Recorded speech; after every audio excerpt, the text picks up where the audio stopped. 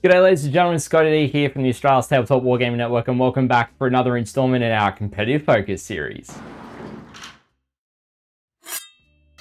Alrighty ladies and gentlemen, welcome back to the Australia's Tabletop Wargaming Network with myself, ScottyD, once again for another video in our competitive focus series where we focus on the more competitive side of Warhammer 40,000 gameplay for tournament play and match play purposes. And for today's competitive focus video, we're going to be looking through the updated Grotmas Deathwatch Index and looking at the differences from the original index to the current index and how you can utilize them in your competitive gameplay if you are a Deathwatch player, much like myself, or you want to find out how to best combat Deathwatch as well, knowing what their units do and such now as well. But before we go any further in today's video, I want to thank each and every one of you who has been liking, sharing, subscribing, commenting on all of our videos as of late. Really appreciate your support, and I hope you've been enjoying the tournament coverage that we've had for the year so far. We've got plenty more to bring to you guys here on YouTube. So without further ado, let's jump in to talking a bit about the Deathwatch. Now, before we jump in to looking at the index, a bit of a history for those who mightn't be aware. We did have an index for Deathwatch prior to the Imperial Agents Codex. When the Imperial Agents Codex came out, they got rid of the Deathwatch index, put Deathwatch into Imperial Agents,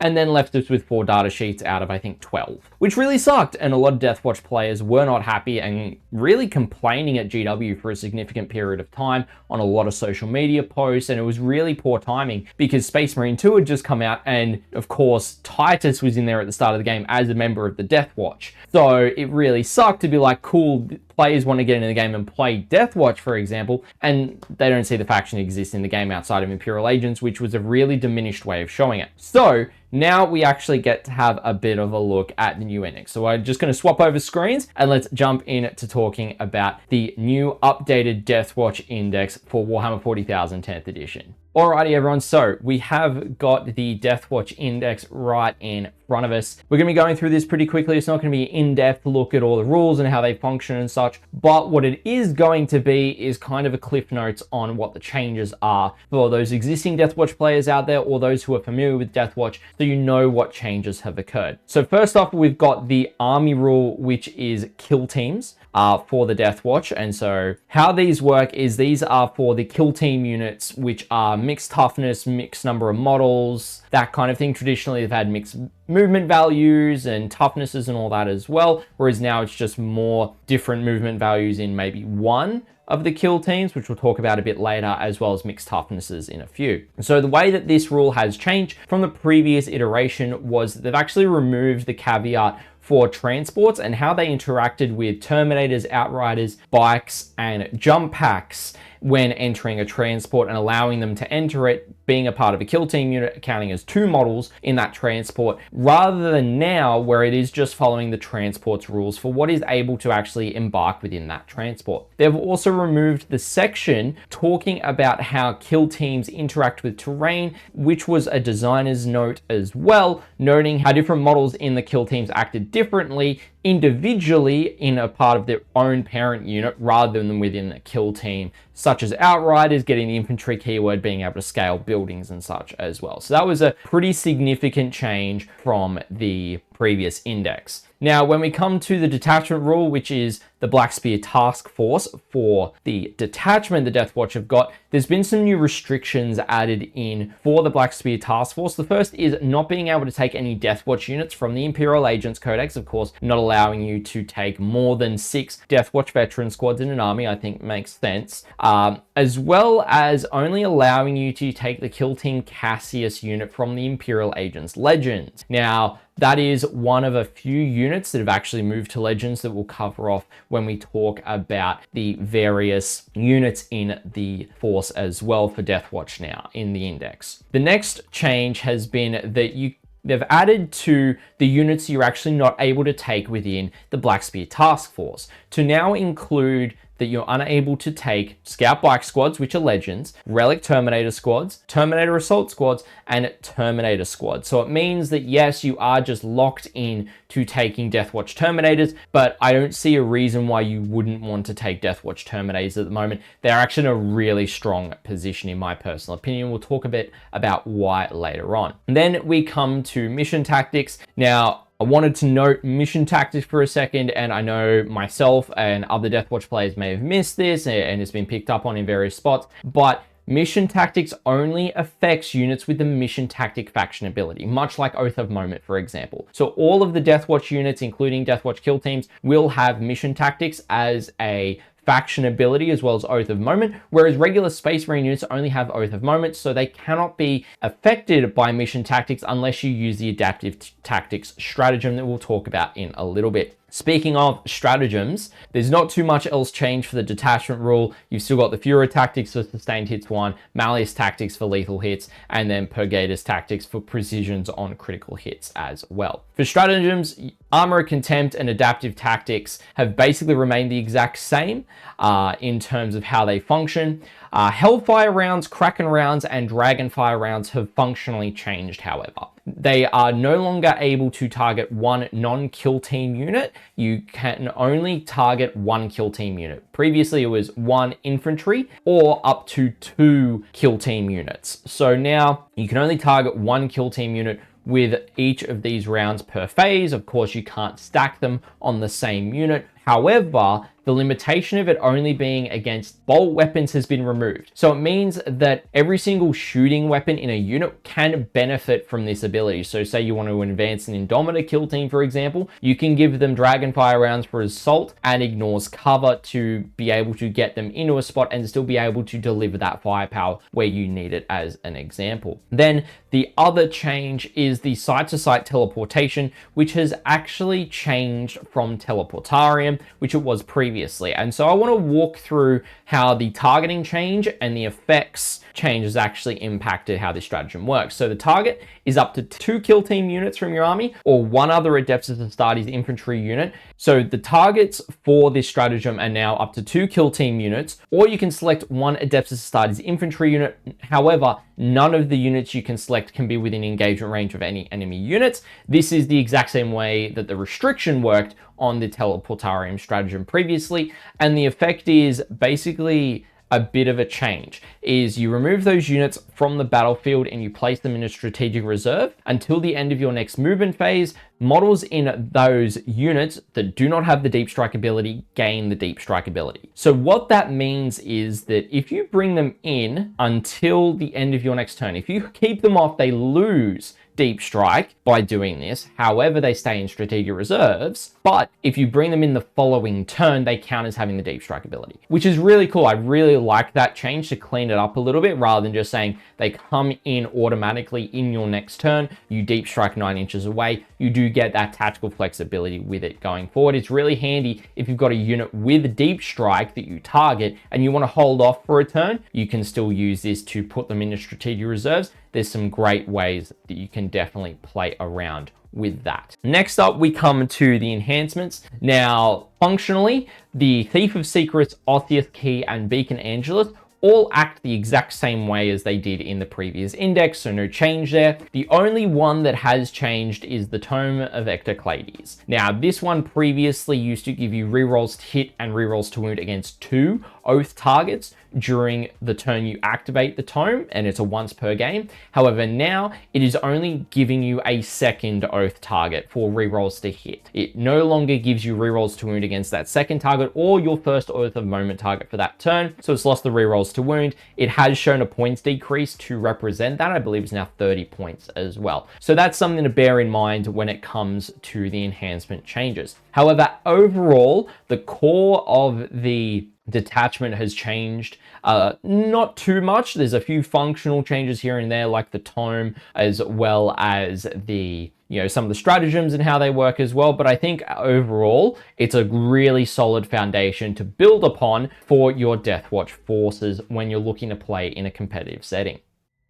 Now, if you're planning on playing at tournaments or in a competitive setting, naturally, you're gonna want to be practicing on the same terrain as that tournament or that competitive setting that you are preparing to play in. And that is where our sponsor for today's video, Tip Top Terrain, has got you covered. Tip Top Terrain is an Australian-based company that designs affordable laser-cut MDF terrain that doesn't compromise quality or cost, as well as neoprene gaming mats and terrain bases, gaming tokens, and much more. Their MDF terrain is available in both the Games Workshop Prior Nexus terrain style or the WTC terrain style that you are able to choose from for a competitive terrain set that you are looking to practice on. These sets are easy to assemble and store, either fully assembled or disassembled depending on your storage needs. And they have also just received several new neoprene gaming mat designs, with each mat having the different Prior Nexus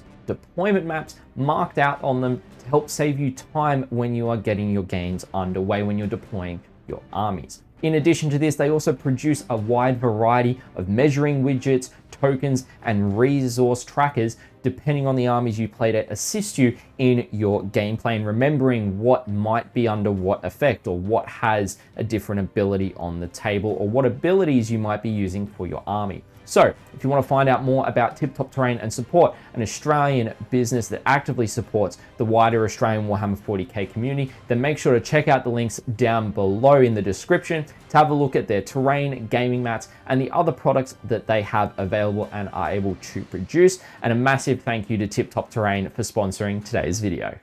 Now we come to looking at the data sheets that are included within the index. Now, before we jump into talking about the data sheets that are present in the index, I want to talk about the ones that aren't actually present.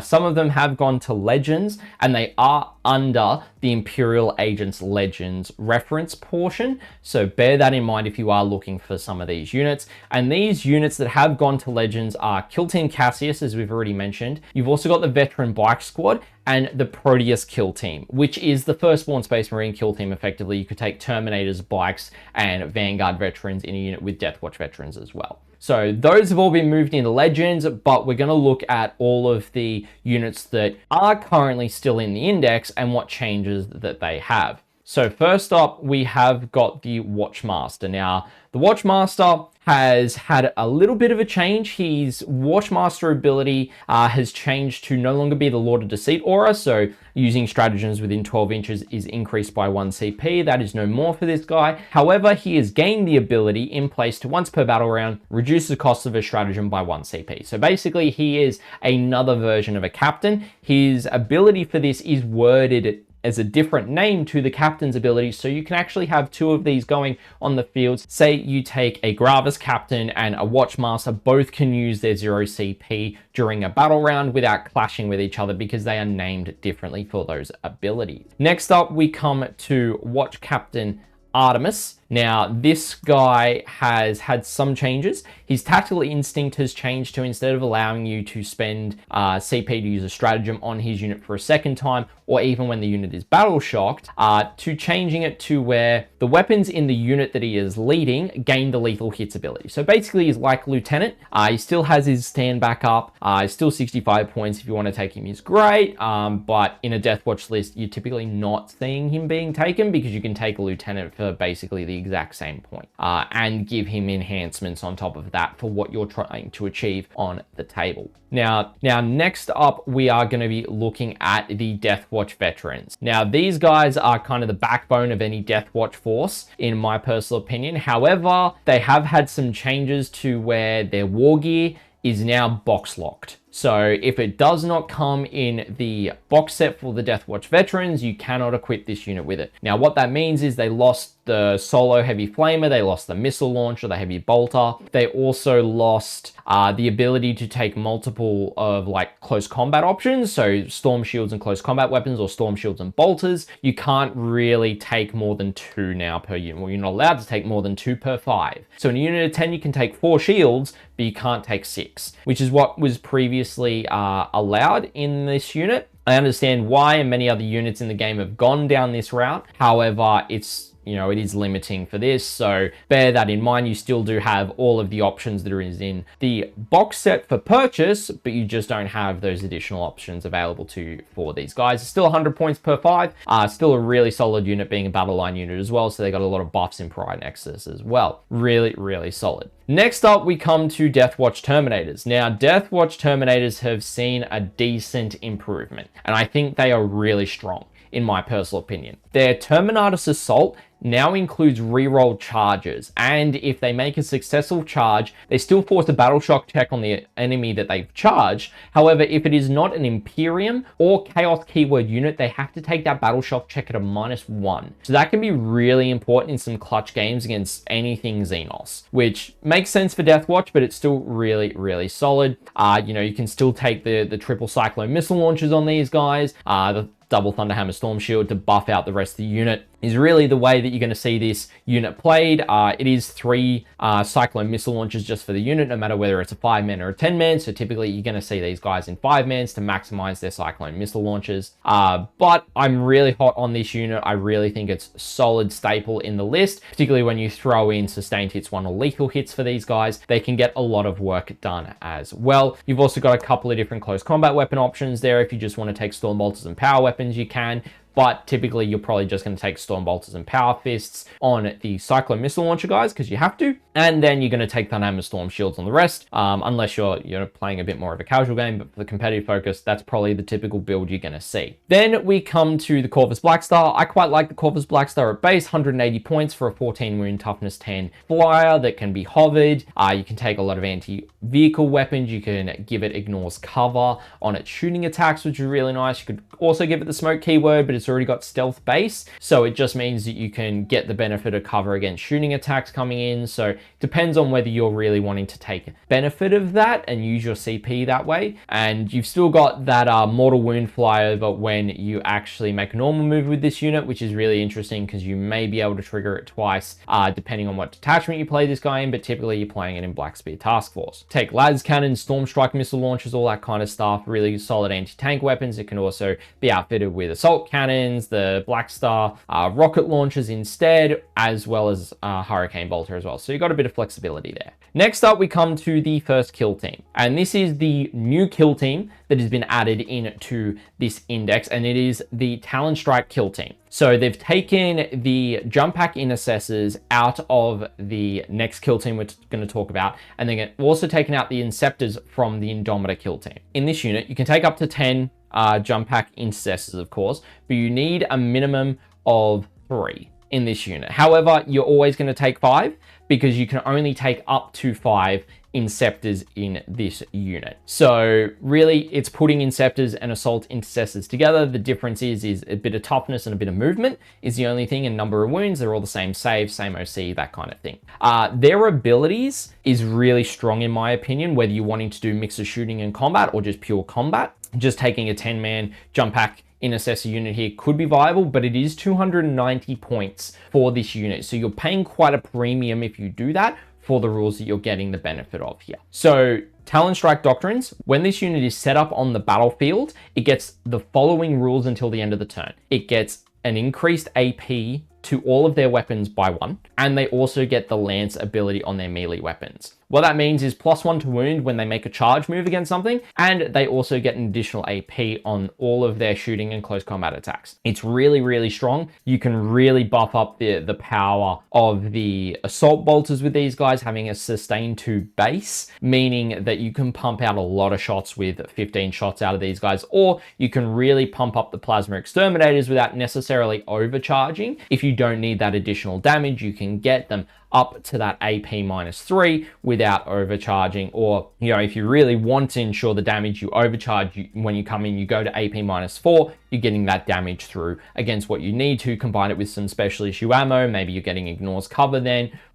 or you could be getting additional range with an additional AP with Kraken Bolt, which is really nice because then you go to AP -5 against something that's got a 2-up save. It's no longer getting a save. They're twin linked. They do a lot of damage. Even though the assault bolters are really strong in this unit as well. You can do a lot of damage with them against infantry, even light vehicles as well. So 290 points for these guys. The Sergeant, obviously, he can take Power Fist, Plasma Pistol, some fun stuff there. And the rest of the unit can also have a Plasma Pistol for every 5 guys on the Assault Intercessors. So more than likely, if you want to, you take the Plasma Exterminators, you take 3 Plasma Pistols on the jump pack intercessors that are in the unit, and you're putting out a ton of plasma shots. Really solid way to think about this unit, but 290 points, so it's a hefty investment to be able to do so. And they can also be joined by anyone who can join jump pack intercessors. So chaplains, captains, those kind of things. More than likely, you are looking at a captain for that free CP spend if you're wanting to put something in the unit, or the +1 to wound, no matter what, from a chaplain all the time. Next up, we come to the Fortis kill team. So in this unit, you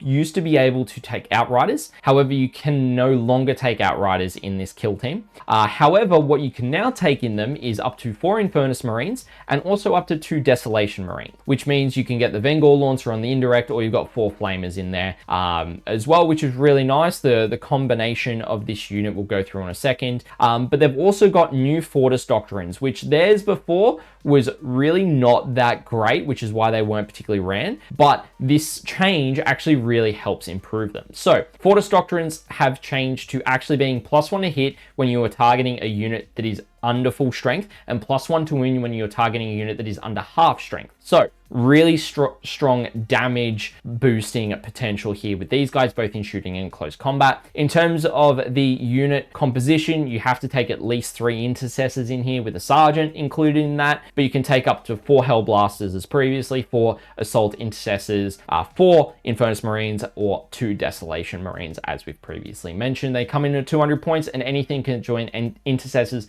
can join these guys. So they're probably the more versatile unit that you can pick from here with these guys. Alrighty, next up, we've got the Indomitor kill team. Now, this kill team is one of the more popular ones we're seeing in competitive Deathwatch lists.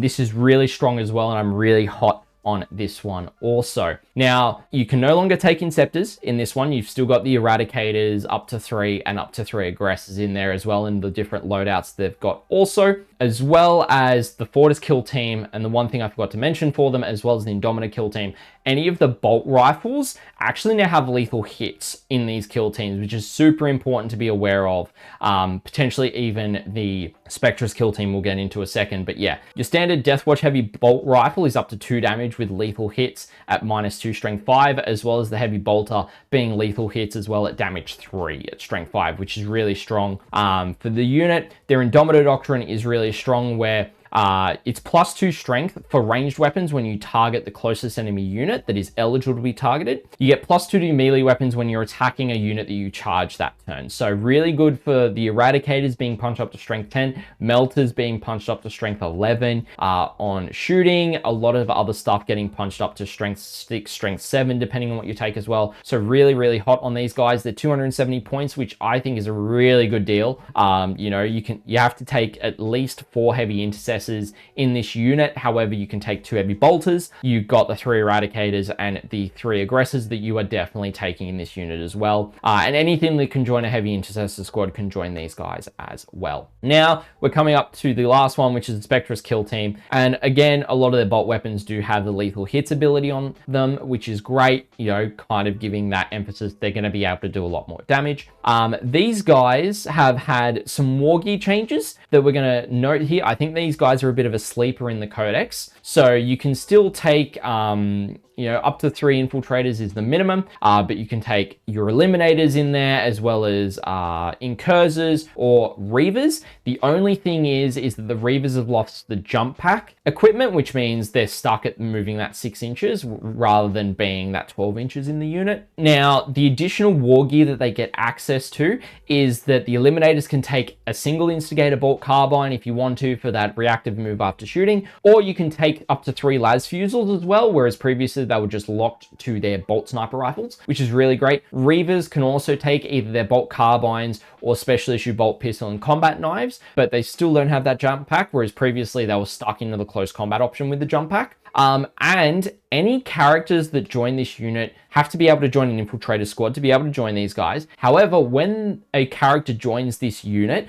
what is different now is that this unit actually gives them infiltrates and scout 6 inches ability, which is really strong. And this is what it kind of hamstrung the unit previously, because any characters that joined them meant you couldn't do that with the unit. They still have the pick up, put down ability as long as you're outside of 6 inches of any enemy units. Still really strong ability, and I really like these guys. I'm testing them out at the moment, as well as the Terminators a lot. So really liking some stuff you can do and some combos you can pull off with these guys with the captain. So you're redeploying a couple of different units to be a bit more reactive to your opponent's deployment plan and where they're deploying. So I really do like the index with where it's at. It's really quite strong in my personal opinion, and I'm really excited to see a lot more of it in play in the competitive setting. I think that Deathwatch are doing quite well. I think they're at a 53% win rate at the moment. They're quite high up, which is really strong. I think they're just going to keep on getting better as players figure out how to best play them. I think, you know, everyone's going to try and test things out, but I think overall they're a great army if you're wanting to pick something up more competitively for Marines. You get force multipliers in there, as well as a lot of mobility, and you can actually build pressure into Deathwatch as well with taking Judiciars within the Deathwatch veteran squads, who can really dish out the melee combat damage as well. So that's kind of my final thoughts on the Deathwatch for today's competitive focus video. Alright, ladies and gentlemen, thank you so much for watching today's video. I hope you did get a lot of insight from someone who does competitively play Deathwatch at the moment and getting back into the swing of competitive 40k. It's been really solid to learn this new index and come to grips with and test it out a bit. I'm still getting to grips and testing a lot of items, but I'm really keen to keep on testing, and I hope that you guys did find this informative. If you want to check out today's sponsor, make sure to check out the links down below. Tip Top Terrain is a great Australian company, and they do a lot to support us here at the ATWN, as well as the wider tournament community here in Australia as well. Now, if you did enjoy today's video, feel free to hit it with a like. If you had any feedback or anything else you wanted to add, feel free to leave it down in the comment section below. And if you want to continue to see more great content from us here at the Australia's Tabletop Wargaming Network, feel free to hit that subscribe button, turn on that notification bell, so you'll be notified as to when we are releasing more content here on the network. Also, if you want to catch us every week where we do live hobbying sessions and tournament previews, feel free to head over to our Twitch channel at Australia's TWN over there. Drop a follow, come and hang out with myself when I do hobbying sessions every week, or if we're covering a tournament that week, we will have a tournament preview on the Monday evening, typically for you guys to enjoy insights into the Australian Warhammer 40k competitive scene. And I also want to give a massive shout out to all of our YouTube members, Twitch subscribers, and Ko-Fi members. You guys all financially support the ATWN and the work that they're doing. All of those names that are up on screen who do financially support us, we really appreciate your contribution towards the work we are doing in covering the Australian Warhammer 40k tournament scene and improving the level of quality of the coverage as well. But ladies and gentlemen, I've been ScottyD. I hope you've enjoyed today's video, and I'll catch you in the next one.